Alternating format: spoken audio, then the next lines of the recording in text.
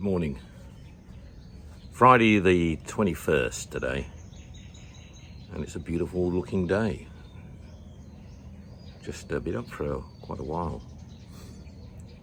I'm just now, so I had coffee and whatnot, just sitting down here now, waiting for the workers to arrive. It's, yeah, wonderful, beautiful morning. Again, totally different. Every day is different when it comes to the light and the sky and the shadows and things around.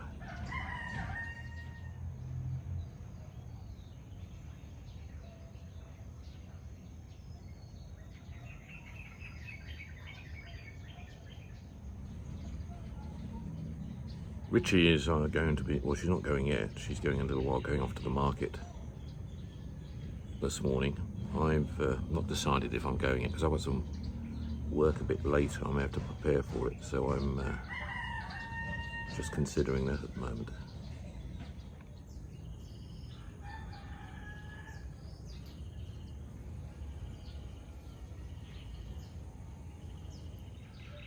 I've been watching videos on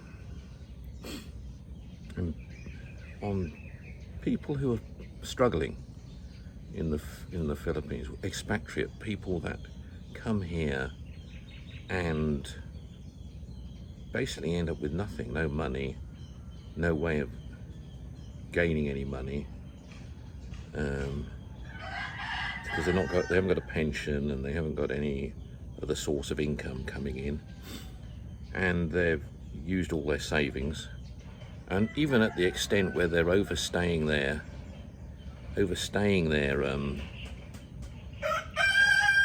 visa now as well, their visa, so that's going to put them in a serious fine, and their passports have also expired, so they put themselves in a hell of a position, and they've got no family in some cases back in their home country either, so they're in real dire straits. And there seems to be a lot of that going on. There seems to be a lot there seems to be a lot of that type of situation going on. I don't know why, but people seem to come here and think they just need a bit of money to get here and a little bit of money to sort themselves out here, and they can source some kind of revenue or income and do something here. No, you can't, guys. You can't do anything like that here.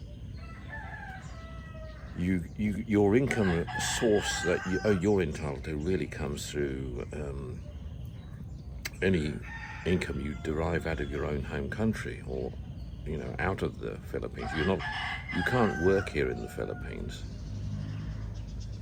unless you are you have a particular visa that gives you entitlement, which is a spouse's visa.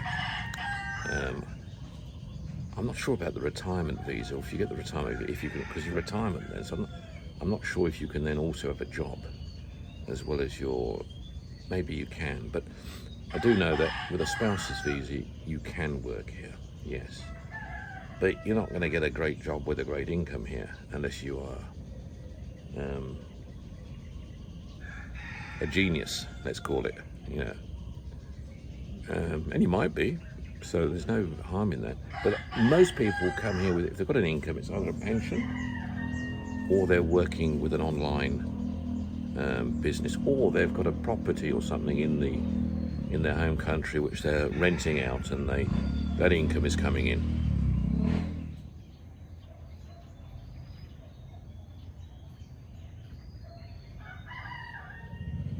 Sorry, just a motorbike came up here, and the guys that are working on the field behind us, so just been looking at that. So yes, it's now my view on people coming out and ending up in that situation says to me a little bit of irresponsibility as much as anything else, because when you come to a place, any place, you've got to do your research beforehand and really understand what you're going to do, and have a plan A, plan B, and plan C for that matter. So I say that's really naive to come here and get into a situation where everything's diminished. And I know you can get scammed, and I know things can go wrong, don't get me wrong. But you should even make allowances for that, actually, when you're in a foreign environment. You know, as coming here, you don't own anything. You don't really have any. The law's not going to protect you like it will a local in any form. So you have to come here with that in mind. And anything you're investing in, it's really not yours in the end. It's you know, it's your Filipino partners, and that's it. So if things go wrong there, always be aware it's not yours.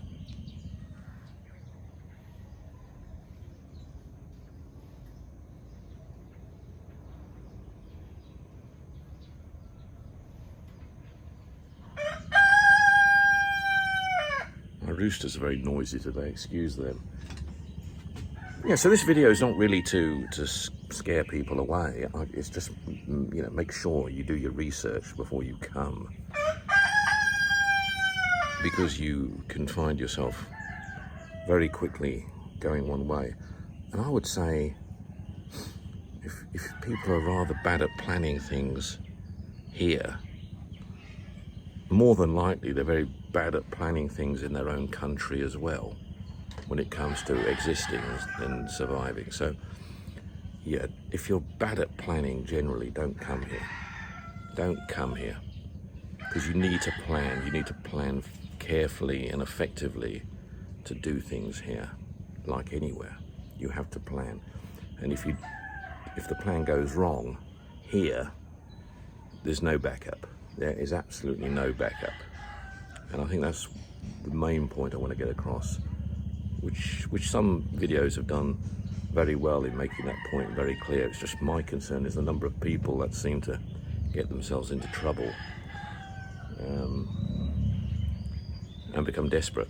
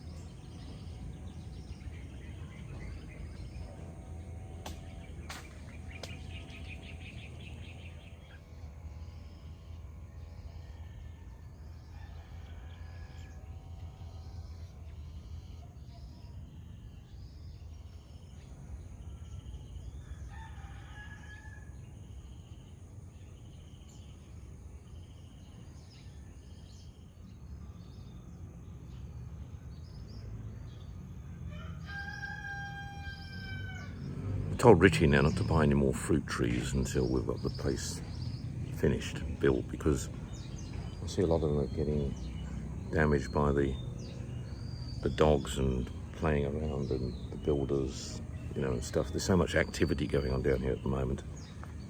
They just get broken and damaged. Better not do that and get the gardening done after we've got the house finished now, I think. We've got a bougainvillea here that we want to try and keep, because it is the last plant that Nanai planted. This one here. And she planted it here for us. You know, she made the point of planting it because I said I like bougainvillea. And so she planted this one here because it was in the entrance to the ground. We just actually fenced it off, and she thought she'd put a bougainvillea against it for us. So we want to keep this plant and make sure it flourishes in her loving memory.